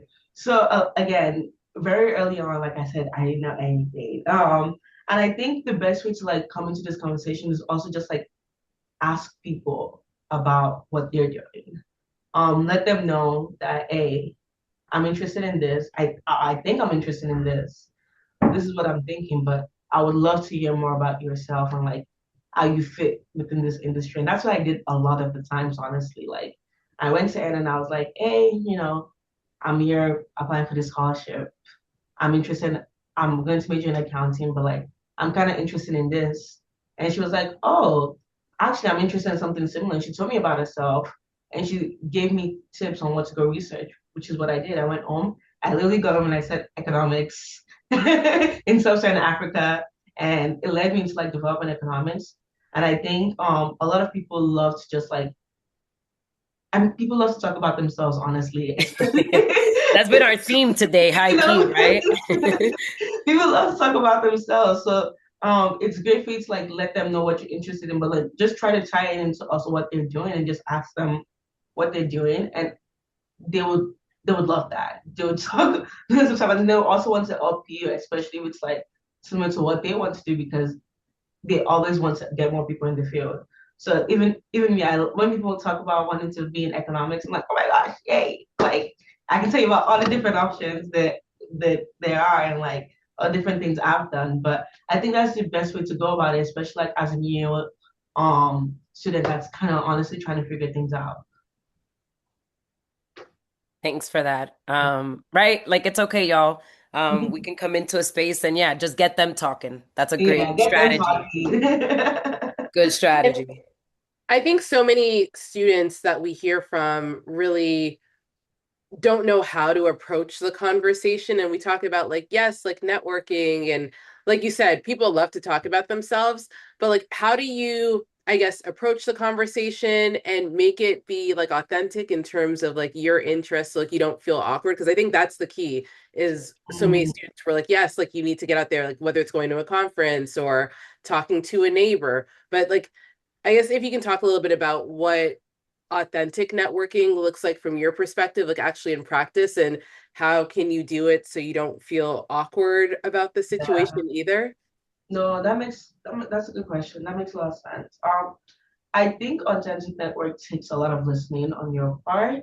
A lot of this conference, when you attend these conferences, usually the people you're trying to network with are presenting something, or they're talking to someone that you know, or there's some type of relationship there. And I think making sure that you're listening to see what they do and making sure that like you're listening to like know about them before you enter the conversation. I think Gabe was his name earlier also said something about having someone that you know connects you to someone else. That's also a great tip. There are many times where I've entered this space and I only knew one person there, and I would ask them to just introduce me. And that since they already have a relationship, it's very easy for me to then enter that space because I'm just like, hey, I'm so and so to this person. I've read so much about what you do. I'd love to know more about what you're doing. And Mhm. I think once you start, the more you do it, the easier it becomes. And honestly, I think very early on, just like starting and the first time you interact with people, it might seem very weird and it might seem very awkward. But the people on the other side, they probably have done it a lot. So I think try not to just get in your own head. Try not to try not to get yourself out. Try not to get in your own head and just try to put your best foot forward. Just put yourself out there. Just introduce yourself. See if there's anyone that could introduce you. try to see if there's something you can relate to. Um, or try to see if there's something that's like similar or something you can like specify about them that's really similar. For me, when I'm like in spaces, I don't know, I'm Nigerian, so Mhm. it's very easy to like identify Nigerians by their names. So when I see someone like, oh my gosh, hey, are you this so and so? And I just kind of like start talking to them through that. But try to find things that will make you the most comfortable and try to talk to them about it. I don't know if they're drinking some tea that like you like talk to them about that. A lot of these conferences, maybe you guys are staying at the same hotel and be like, hey, I'm also staying at this hotel. What do you think of the hotel? I think just trying to find very mundane things to like talk about and then ask them about the conference or ask them about what they're doing and just, just get in there. But I came to that, I came to that very when you start, it's going to be easy or it's not going to seem awkward. It is, but the more you do it, the easier Yeah, and more authentic it becomes for you. right. Yeah, It's like a muscle. You got to yeah, it's practice a muscle you I was have to gonna practice. say, look at us. We doing our professional development sit-ups, y'all. Um, on that same note, Yetunde, while you're there, what if I don't feel ready to ask for mentorship, right? Do you remember, do you still have some low pressure ways to start building relationships with mentors or start seeking those folks out? Yes, actually, this is something I still do now. I don't all the time always ask people directly, hey, can you be my mentor? Sometimes that's very scary. But something I do is that like once I've established a relationship with you, um, this is an advice I got when I was an undergrad. Is to do check-ins every now and then with the person you've established connection with. So for me, I do this by semester if there's a major milestone. So when I graduated from college, I reached out to other people like I wanted to keep in touch with like, hey, I just graduated. I'm going to be going to the Chicago Fed. This is what I'm doing. I would love to catch up with you over a phone call to just like talk to you about like my next steps and hear your thoughts about my life essentially and the plans I want to do. And like I've never had anyone tell me no, I don't want to talk to you. Um Which is like our biggest fear, right? Like we yeah, swear which that is someone's gonna be like, yeah. The worst I've got is that like I'm really busy and I can't talk to you the day you want to talk. Can we do this another day? Or it can be 30 minutes. Can we do 10 minutes? But I feel like that really like helps the people I interact with. I didn't use LinkedIn until like the latter end of my college career. So for me, that's how I kept in touch with like a lot of people I wanted to like establish connections with, or a lot of people I wanted to be my pseudo mentors. But I was kind of like scared to like ask directly. So I was just like, hey, this is what I'm doing in my life now. What are you doing with your life? Do you want to talk? And they love it. I think also like low pressure for them. Just, hey, let's just talk. And then I'll catch up with you again in 6 months. Yeah. right. But that's something I really encourage if you have the time. You can set yourself reminders to do that as well. Yeah, like those follow-up pieces are important. So like not like Yeah. a one-time thing, but just like keeping the conversation going. Um, so a lot of our students are also working on like their resumes. They're thinking about different skills that they need to acquire. They're taking their classes, thinking about internships, like all, it just feels like a lot. And as a recent graduate, if you can think a little bit about when you were in our students' shoes in terms of really trying to build your toolbox in terms of skills, whether it's like academic or soft skills, thinking from your perspective, like what ended up mattering? Like what are some of like those skills, and I guess like regardless of industry, that ended up being like important, or you're like, oh wow, I wish I paid more attention to this like when I was in college or when I was in high school, because this ended up mattering a lot more than I gave it thought previously, you know? Yeah. Okay. I saw Jason ask a question in the chat, so I'm gonna answer your question, Jason, after Oops, sorry, Jason. Yeah, we'll do that one next. no problem. But just confirm you had asked the skills that ended up really mattering in my early career. Mm-hmm. Um,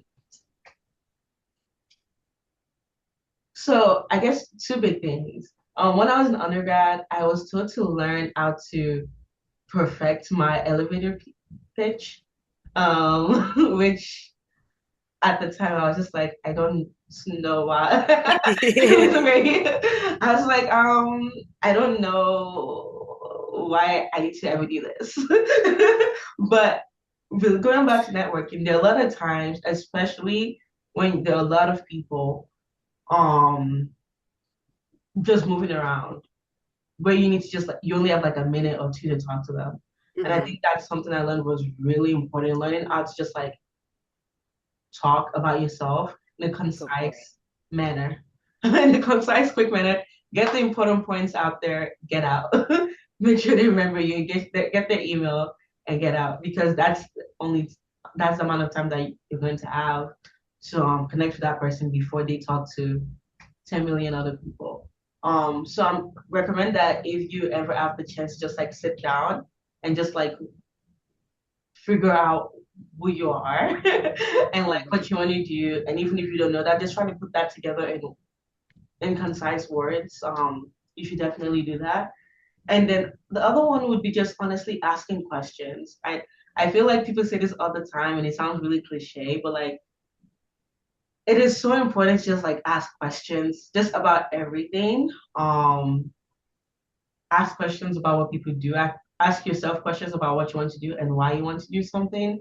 Ask yourself questions about like what's next and what the best path for you is. Ask others questions about, hey, what do you think I should do? Even on like settings when you get instructions from your boss and then you don't really fully understand, asking clarifying questions. Asking questions is so important, and I feel like that is something that like I was taught a lot that like I really had to like understand. Sometimes made or break a lot of things that like I wanted to do, like even networking and getting um the internships I want. When I got the Chicago Fed internship, it was because I asked, hey, are you guys taking any internship offers right now? And they weren't, but they said no, but next year you can reach out to us at this time and we'll see there's something open for you. And there was. So just like honestly asking a lot of questions Mhm. and to like make sure you have clarifications about your next steps, is what I would say. And going on to Jason's question, was Yeah. there a time I felt imposter syndrome? All the time. Even now. You're um, human. yeah, I think it's a very normal thing to feel imposter syndrome. But the biggest tip, I talked about City Collective earlier in the presentation, and City Collective did so much for me.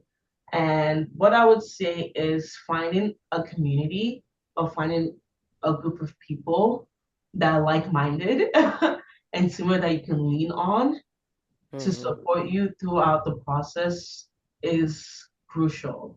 And I don't know if you're saying this because you're also interested in the economics field, but especially in econ, again, there aren't a lot of Black people in econ field, mention of like Black women, and going into like the City Collectives conferences and just talking to them. There's a group chat of like women that are interested in economics that like we talking sometimes and just realizing that like you're not the only one that have had the experiences you've had helps me tremendously. Like when I have questions that I think I might be too stupid to ask, like I don't know, my counterpart at work or in class, I go to them, and their advice. I need advice on something that I feel like is really niche that no one else might understand. I go to them, and I feel like once I started talking to more people like me, um, it was very helpful to see that I wasn't the only one that had the experiences I've had. A lot of people don't have a lot of Hmm. experience. A lot of people are also just kind of figuring it out. They just kind of like, I did better. So I think I would really recommend if you can find a community. I mean, you already have one here, like Ms. Brady and Ms. Martinez. I'm sure even just this session that they're organizing for you, if there's something you need to talk to them about, I'm sure their doors are always open. And just like starting there and then exploring other ways for you to like reach out, other ways and just other organizations or anyone else for you to like reach out to people and just form a community there too. But that has been the biggest thing, honestly, that's helped me. I feel indebted to them, honestly. Can't Great get through job, it alone. Yatunde. Yeah. Yeah. Yeah, exactly. Great question, Jason. Seriously. Remember our other session on imposter syndrome, we talked about it being imposter feeling, and I've been really leaning into that because feelings come and go, right? And we can manage those. Thanks, Mhm. Brittany, for your question. There's one more in the chat. Having a hard time finding a strong network. Oh, Brittany, you're right here. Do you mind asking your question? Hi, can you hear me? Hi. Yeah, we can hear you. Okay. Um, so yeah, I'm Brittany. Nice to meet you. Hi, nice to meet you, Brittany. My major is musicology, and I feel like nobody's really like familiar with musicology. Um, and so I'm having a hard time finding a strong network for it, especially because I don't exactly know where I'm going to go with it, you know? Yeah, to be honest, I'm surprised I got this far.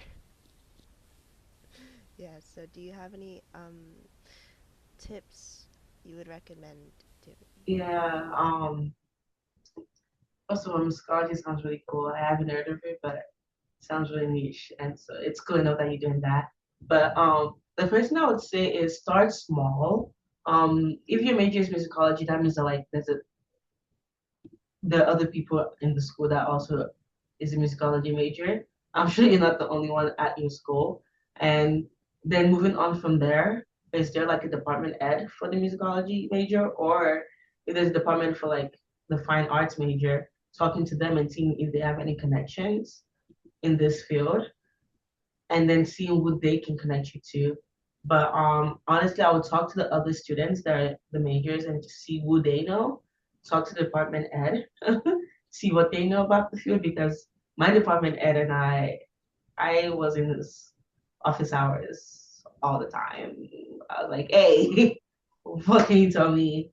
And I feel like also in this day and age, um, information is online everywhere.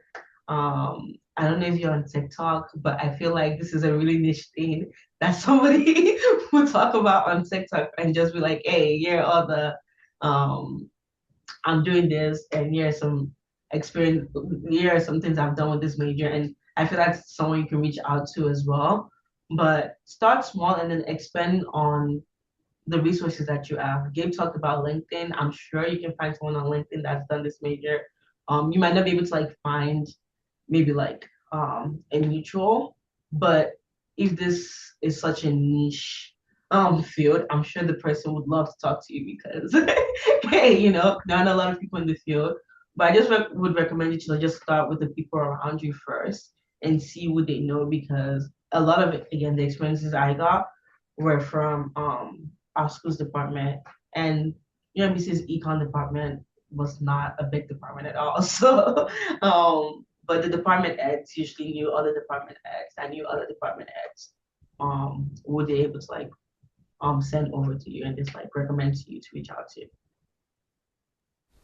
Great questions, you guys. Yeah. I would just add that I feel like sometimes when you're in it, like at your institution, like you don't realize that that is your biggest network, like while Mm, you're in it, and especially like when you leave, even though like you're in the moment. So I would second Yetunde's point, faculty members, guest speakers who come in, but then also like your current students who are around you are also your network because they're probably doing a lot of the work that you're looking to do as well in terms of like those networking pieces. So like who are you talking to? Like what speakers have you heard? Um, and then even for after college, like the connections that you make now, again, like Yvonne and I always tell the story that we reconnected because we went to grad school together, right? So like your classmates, even though they might not give you a job now, are definitely going to be able to feed into like your information and your overall network. So don't undervalue that piece as well. Brittany, next thing you know, right, you start an organization because you see a need, right? Like, right, Yatunde's like, huh, been there, right? Mhm. So yeah, we really hope that that helped. And Yatunde, thank you so much for taking the time to answer questions, give your perspective, be vulnerable, make us all feel like we can do this. And it's going to be okay, right? We just have to get people talking about themselves. And then our pathway will start to reveal itself. So, a round of applause, virtual applause for Yetunde. Well, Thank you thank so you. much for being here. Real quick, y'all, you know us. We got to do some announcements. Um, Oh, first, first of all, we would love to get your feedback on today's session. So if you can scan the QR code, we'll put the link in the chat for you as well. But we would love to hear just your thoughts on both parts of the session, from like the LinkedIn session to the conversation with Yetunde, which was really great. Yep, thanks, Ivana, for putting it in the chat. So please just it'll take 2 minutes to click through. Just let us know your general thoughts on today's session. And while you're filling that out, we wanted to make sure to remind you all of the mock interview day we're calling Hire in Action, which is taking place on February 21st. And again, for all of our BCS participants, this is a requirement. So you all will be signing up for a time slot for this mock interview day. So this will be about 20 minutes that you have an opportunity to be one-on-one with an Innovate Her mentor who's going to have some great interview questions for you. You will be submitting your resumes in advance of that as well. So scan the QR code, sign up for your interview time slot. And this is really a great opportunity to practice, because a lot of you obviously have what's coming up for internship interviews, entry-level interviews, and just overall practice. We really want to be able to take a lot of what we've been practicing and like learning over these sessions and putting it into practice during our mock interview session. So make sure that you scan this code and sign up for your time slot. Again, February 21st from 10 to 12 Pacific Standard Time. yep, as Yetunde said, we have to practice, right? It's gonna keep coming up. People are gonna keep wanting to know about you. It's crazy. Now, if for some reason you don't feel ready, right, with your resume or with mock interviews that day, our career specialist will also be there. But I feel like I've seen your names signed up, so that's great. Make sure that you send us those resumes before the 21st. But just putting this out there as well, that we are still continuing to support with resumes. And here is our YouTube. This recording will be on there for all of you folks, and all the other videos and opportunities to, receive resources from Innovate Her. All right, folks, thank you so much. Make sure you submit those surveys for us. And sign up for everything, because we just shared a Sign lot up of for information. everything. So resumes, the Hire in Action. Again, thank you for being here on a Saturday. And look at us, right on time, ending on schedule. So enjoy the rest of your weekend. We are looking forward to hearing from you, seeing you sign up for some of these upcoming opportunities, and we'll catch you at the next one. Thanks, Bye, everyone. folks.